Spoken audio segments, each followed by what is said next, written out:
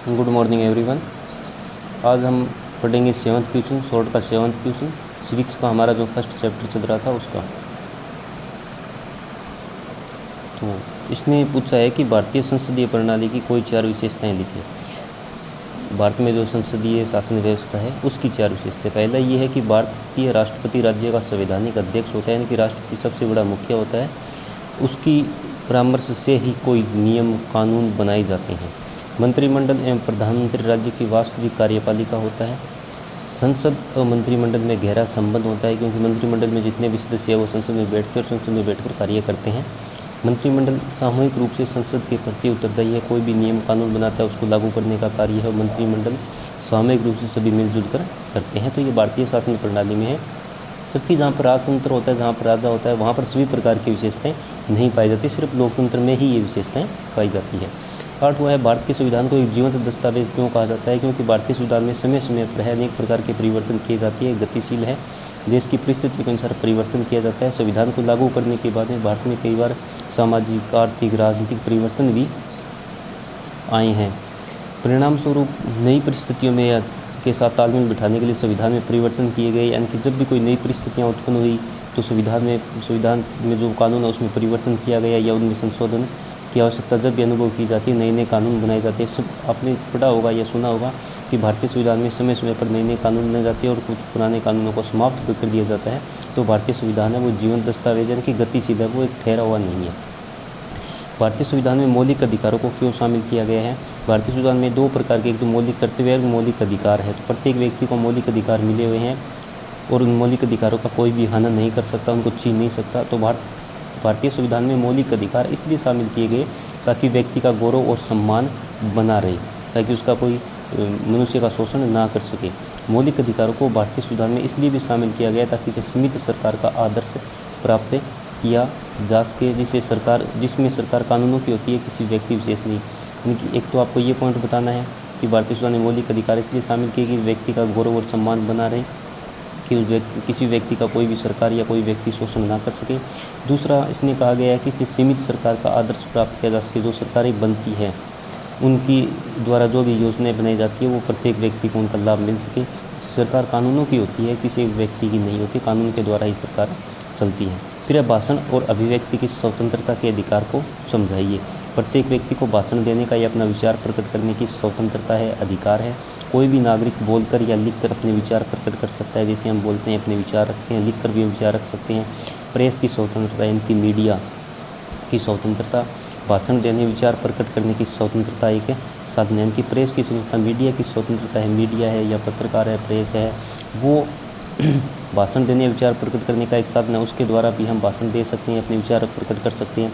परंतु भाषण देने और विचार प्रकट करने की स्वतंत्रता असीमित नहीं है। इसका मतलब ये नहीं है हम कुछ भी बोले या कुछ भी लिख दें। संसद भारत की प्रभुसत्ता, अखंडता, राज्य की सुरक्षा, सार्वजनिक व्यवस्था, शिष्टता और नैतिकता, न्यायालय का अपमान, मानहानि और हिंसा के लिए उत्तेजित करना आदि के आधारों पर भाषण और विचार प्रकट करने की स्वतंत्रता पर प्रतिबंध लगाती है।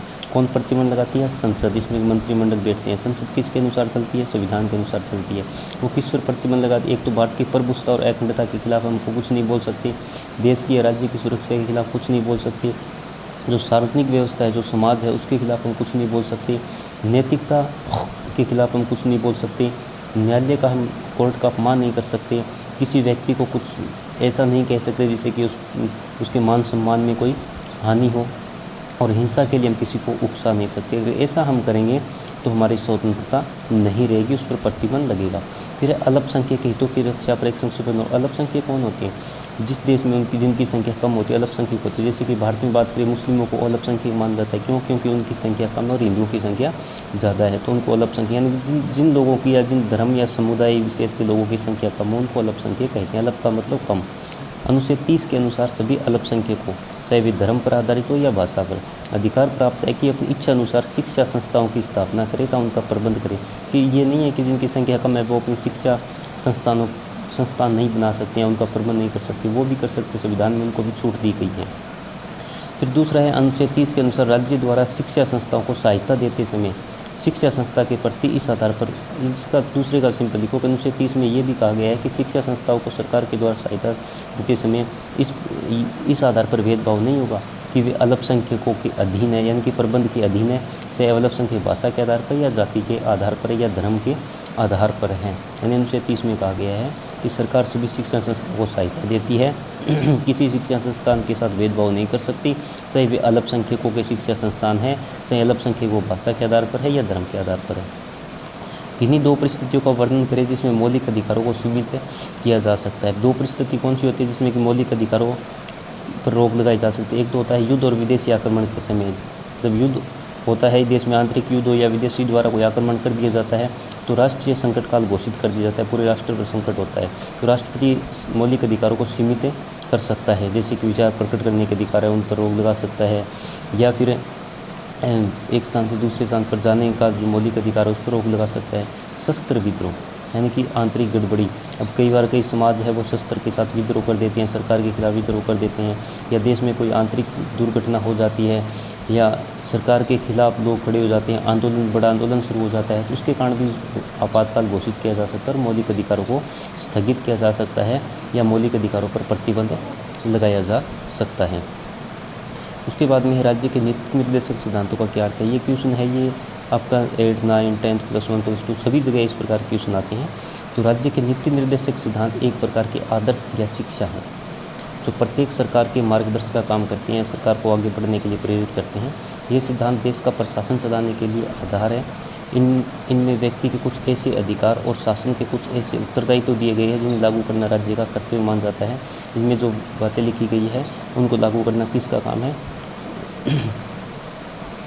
शासन के कुछ उत्तरदायित्व, यानी कि इनमें जो कुछ बातें लिखी गई हैं उनको लागू करना किसका काम है? राज्य का कर्तव्य मान जाता है, जो सरकार होती है उसका कर्तव्य मान जाता है। इन सिद्धांतों को न्यायालय द्वारा लागू नहीं किया जा सकता। ये सिद्धांत आदर्श, ऐसे आदर्श हैं जिनको हमारे संविधान निर्माताओं ने, संविधान निर्माता कौन होते हैं? जिन्होंने संविधान को लिखा, संविधान को बनाया, देश में आर्थिक लोकतंत्र लाने के लिए संविधान में रखा था। आर्थिक लोकतंत्र यानी कि सभी लोग हैं वो आर्थिक रूप से समान हो, किसी के साथ कोई भेदभाव नहीं किया जाए। आर्थिक रूप होता है कि प्रत्येक व्यक्ति को अपनी आजीविका कमाने का अधिकार हो। अनुच्छेद 37 के अनुसार इस भाग में शामिल उपबंध, लेकिन हमें यहाँ तक ही करना है, लोकतंत्र लाने के लिए संविधान में रखा गया था।